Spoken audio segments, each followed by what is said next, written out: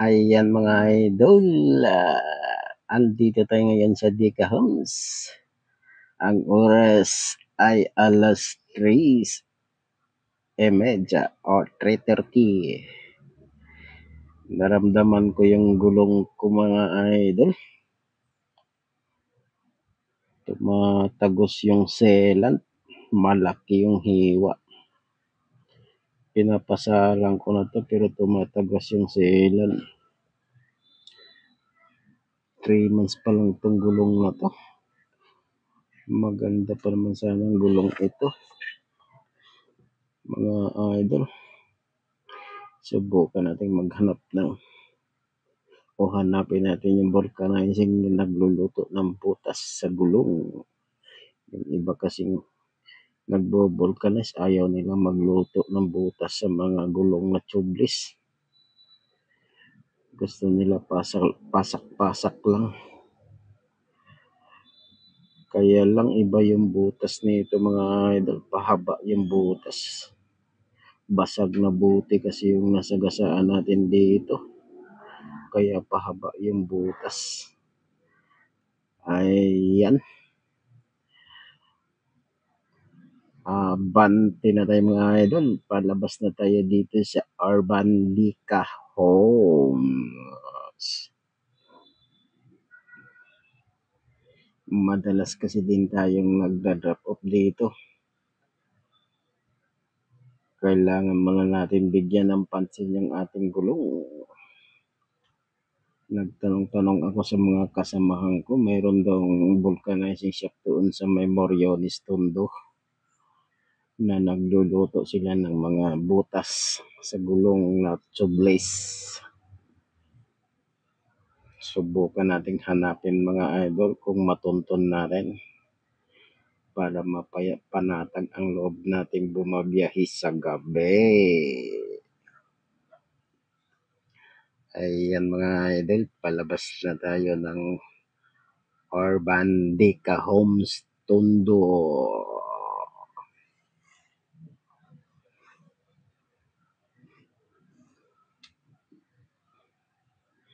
Paglabas natin nito mga idol, ito na yung Velasquez. Itong Velasquez Tondo na to mga idol, mahaba to.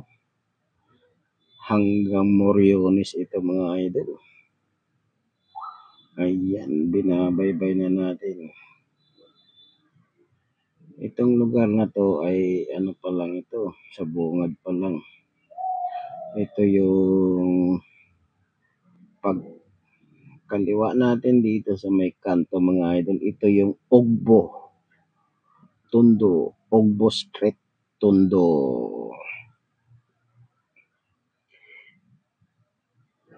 Ito yung maraming parang dampa. Paggabi mga idol, maraming kainan dito sa may Ogbo Street. Lahat din, halos lahat yung mga seafoods andito. Kaya lang ang problema dito, masikip yung daan. Masikip yung area. Ayan, yung kanto na yun. Eto na mga idol, kakanan na tayo ng Velasquez. Ito'y dire-diretso na ng Moriones Tondo.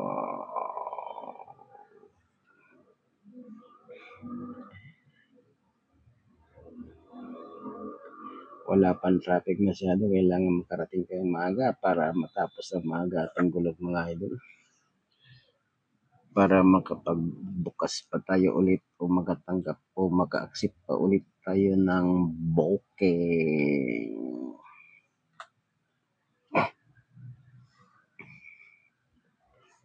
Ayan, tuloy-tuloy lang muna tayo mga idol. Tumbok muna natin yung Moriones. Pinakadulo kasi nitong Velasquez Moriones itong mga idol. Pag pinagos mo na yung Moriones, ang labas na natin doon sa may Santo Niño Church Tondo. Tapos tagos na ng Divisoria. Pero ang Hinahanap lang natin sa may Moriones lang mga idol. Yung kasama ko nakapagsabi na meron daw vulcanizing shop dyan sa may Moriones Tondo. Ayun, kasalukuyan na natin nilalakbay ang Moriones Tondo. Maganda pang ganitong oras mga idol. Alas 10 pasado pa lang, wala pa talaga masyadong sasakyan dito. Kailangan natin maunahan ang traffic. Sana magtagumpay tayo sa ating pupuntahan. Sayang kasi yung gulong natin sa likuran mga idol kasi ang kontrata nito ayon sa experience ko 1 year mahigit, 1 year in 2 months, 1 year in 3 months, 1 year in 1 month sa araw-araw na ginagamit ang ating service na motor. Kaya sayang kasi ito, 3 months ko palang ginagamit. Magandang klaseng gulong pa naman ito mga idol. Nahiwa ng bubog, napuruhan. Kaya pag minsan talaga, hindi talaga natin maiwasan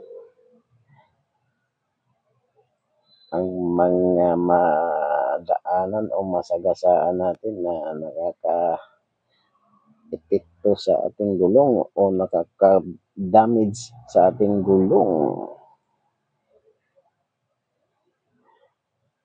Kailangan natin mapaayos ng mga idol. Sayang kasi kung panabili ako ng sealant, nakatatlong sealant na ako nito. Pag nakaapak siya ng bato o malubak, parang natulak yung butas na may basal o paslak. Ano bang totoo talaga dyan? Ang sabi ng iba, basal. Sa amin, paslak. Sa amin, suksukan lang, hindi suksukan o guma. Medyo okay naman siya kasi pagkatapos kong lagyan ng basal, nilalagyan ko rin siya ng sealant. So, nag-seld yung butas. The problem is, kapag yung basal, pag na kasagasan ng bato o natulak, lumalakas ang singaw. So, makatuwid, pipilitin na lumabas ang sealant. Ayan mga idol, sa kakwento-kwento natin, nakarating na rin tayo dito mga idol. Ito na yung vulcanizing shop, Moriones Tondo. Ayan, pagdating natin, tinatanong natin kaagad si Kuya kung nagluluto ba sila ng butas sa tublis. Madali naman on acknowledge naman kagad ni Kuya na gumagawa sila. Eto na, tinanggal na. Ang problema mga idol, inabot talaga tayo ng halos 2 oras dito. Okay naman sana, naayos yung gulong, natapalan, kailang ang problema is hindi niya may balik, kaya nag-decide na akong palitan na lang ng bago mga idol. Naawa naman ako sa kanya, inabot na siya ng 1 oras kalahati, hindi niya may balik-balik yung gulong. Ng problema siya kasi napakahirap daw, matigas yung gulong. Ilang bisis talaga niyang tinanggal, backlas, kabit, nilagyan pa ng langis. Nakonsensya na ako, 1 oras, maghahalos ng 2 oras ako kakaantay. Nag-decide na akong palitan ng bago. Ito na mga idol. Nag-decide na ako nagpalitan ng bago, kaso lang hindi na tulad yung dati kasi medyo may kamahalan sa kanila yung gulong ko dati. Ito lang yung okay rin naman tong gulong. Yung pinalit ko ay quick tire. Mga halos 1,000 kasi ang difference. Kaya pagsamantala mo nang gamitan natin ng ibang brand. Ayan, okay na mga idol. Inabot na tayo ng umaga mga idol. Magbukang liwayway na. Hindi na tayo makabiyahe. Nag-decide na lang tayo nito mga idol na umuwi. Wala na tayong oras. Abuti na tayo ng traffic. Ayan mga idol. Andito tayo sa Moriones. Tumbok na natin ito ang Tutuban. Ito mga idol. Fast forward tayo. Patawid na tayo ng Jose Abad Santos. May haligi.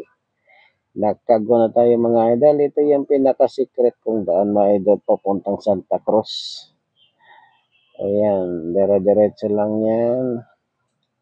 Tapos kakanan ako dito sa may kanto. Ayan, kakanan ako dito sa may kanto. Ito yung pinaka-secretong daan mga idol pag pupunta ka ng Santa Cruz Avenida. Na hindi ka dadaan ng same recto.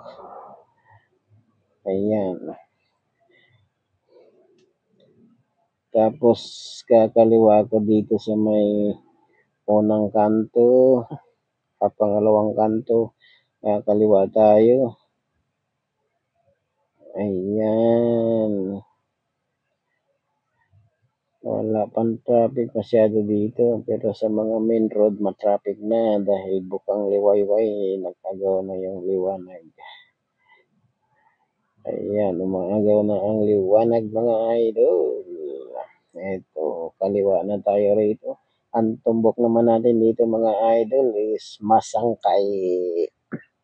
Masangkay Street.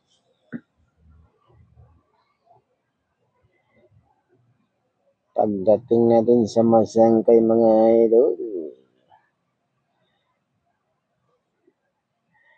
kakanan na tayo sa Masangkay.